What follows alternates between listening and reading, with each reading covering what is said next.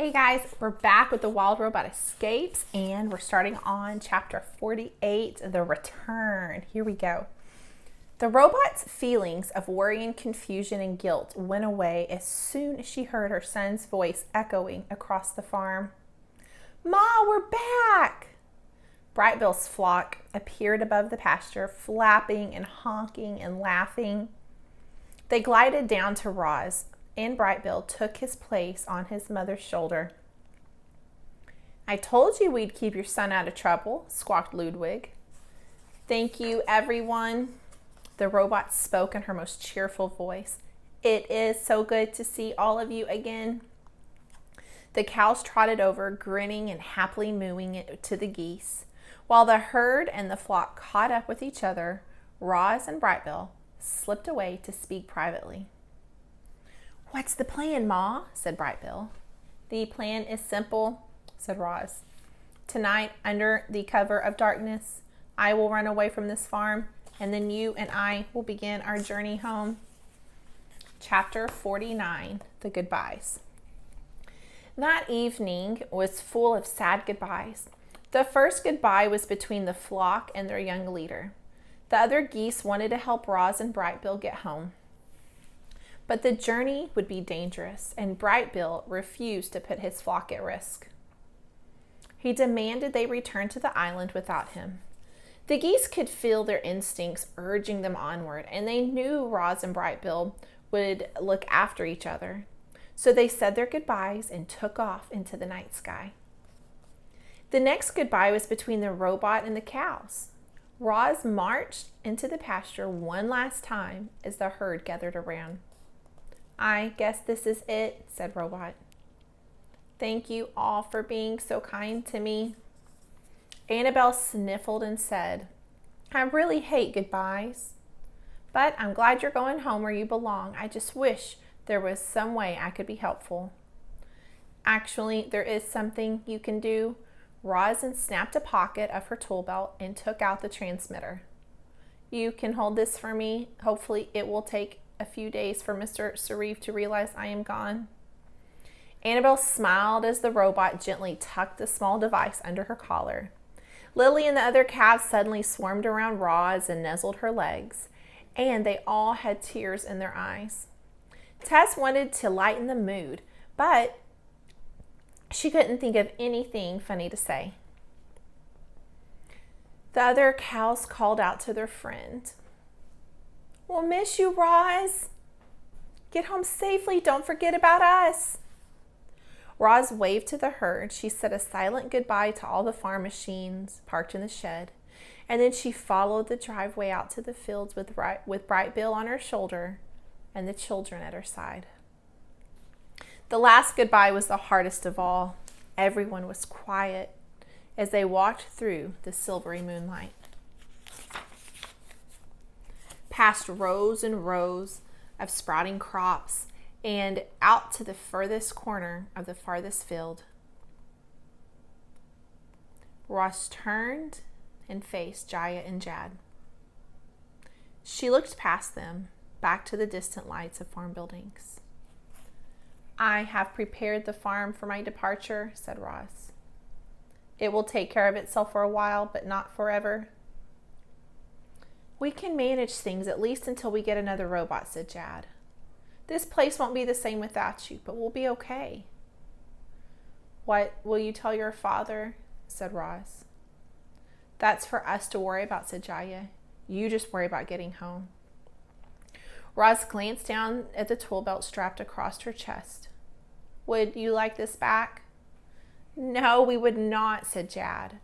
The girl pulled her brother and her robot into a big, tight hug. Beneath the sounds of crickets were sounds of children crying. How will we know you made it home?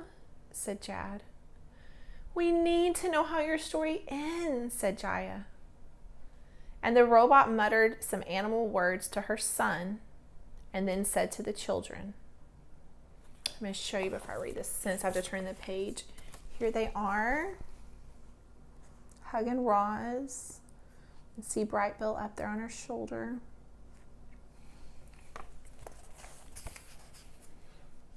Roz said to the children, If a goose ever visits this farm and presents you with a feather, you will know that I am home." The children smiled through their tears and waited for their friends to leave, but the robot didn't move. More than anything, Roz wanted to go home, and yet she was conflicted. She cared about this family and this farm, and now she was abandoning them. The robot lurched forward and then backwards, again and again, as her computer brain struggled with all of these thoughts and feelings. Finally, the children gave her the gentle push she needed. "Roz, we order you to run away." And the robot did as she was told. Chapter 50, The Free Robot. At long last, Roz was free, but as she ran away from the hilltop farm, she didn't feel free.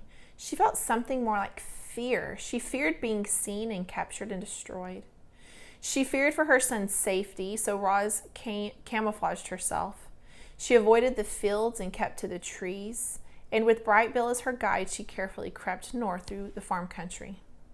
The wild robot's long journey home had begun. Chapter 51, The Airship.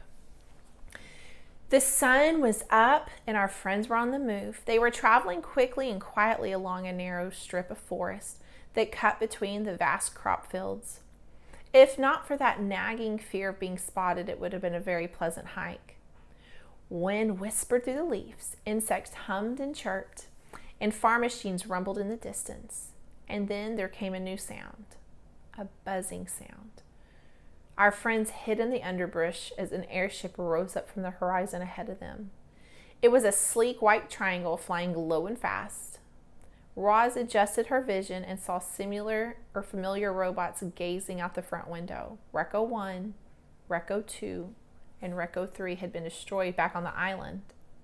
So perhaps these robots were Reccos 4, 5, and 6. "They were flying towards Hilltop Farm," said Bright Bill. "We need to keep moving," said Roz. The airship disappeared to the south and the travelers continued north at a faster pace. They hurried through more strips of forest, passing squirrels and birds and groundhogs and other friendly creatures, but the robot and the goose had no time to chat.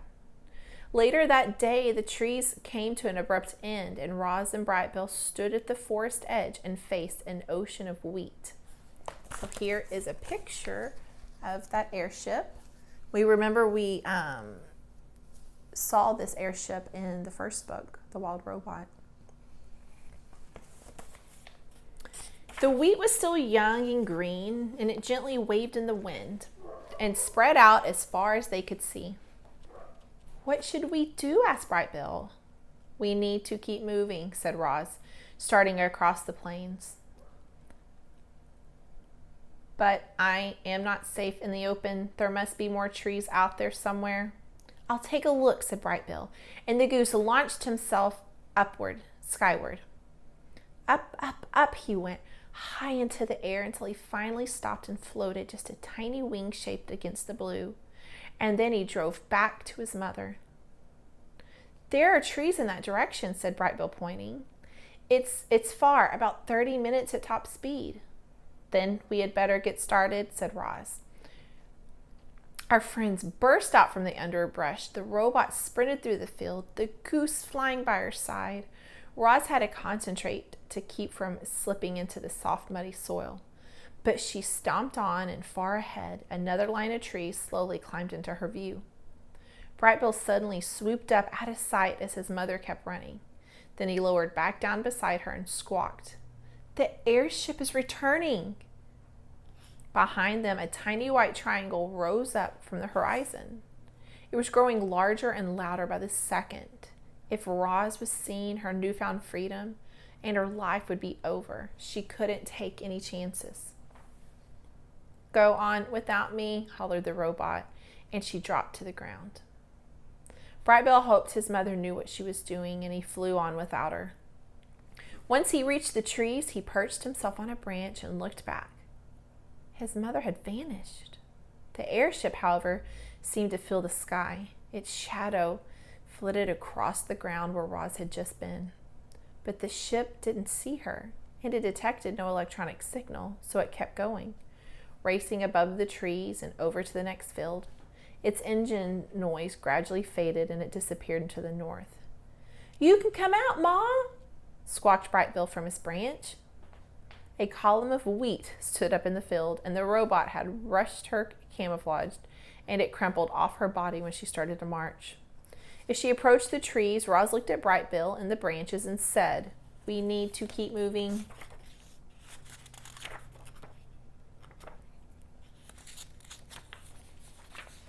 Chapter 52, The Scout. Would the airship return? Were the Recos hunting for Roz? Was it only a matter of time before she was caught? It was impossible to know. So our friends tried not to worry about those troubling questions, and they continued seeking through farm country, from one wooded area to the next. Roz wore a disguise of mud and weeds and bark. At the first hint of trouble, she would freeze and instantly become a rotten old tree trunk. Then she'd wait for Brightbill to tell her that it was safe to move on. If there were humans or robots nearby, she might have to wait for hours. Back on the island, Brightbill had practiced flying like hawks and owls and sparrows and vultures. He couldn't fly exactly like those birds, of course, but he was an expert at diving and swooping and darting and soaring. And now he used those skills to secretly scout out the countryside for his mother. He'd fly up from her shoulder and return a short time later to share his findings. "We're coming to another farmhouse. Let's avoid it by cutting across this field. Beyond the trees is a highway. Stay here and I'll tell you when it's safe to cross. Straight ahead is a small town, but I can lead you around it." Brightbill's advice was always good, and Roz always followed it, and together the travelers safely made their way through the farm country. There's a little picture of Brightbill.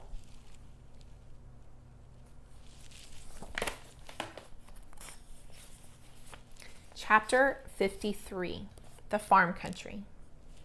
During their travels, our friends passed every kind of farm imaginable. Some farms grew crops in vast fields and orchards. Others grew crops in great glimmering greenhouses. Some farms let their animals graze through open pastures, and others kept their animals confined in small enclosures. Some farms had old-fashioned barns and sheds, and others had modern laboratories that made meat, eggs, and milk without any animals at all. There seemed to be an infinite number of ways to produce food for humans. The farms were teeming with robot workers, and Roz couldn't resist spying on them as she carefully slunk past. The robots worked the fields in machines and livestock, their bodies shining in the sun, shimmering in the heat. This must have been how Roz looked back on Hilltop Farm. Were any of these robots like her? Were any of them quietly dreaming of escape, or were they all just mindless machines, content with their space in the world? Okay, so we're going to start up next time at chapter 54, The Mountains. So exciting, guys. I hope you enjoyed those. Their adventure going home is starting to get really good. I can't wait till the next time. I'll see you then. Bye.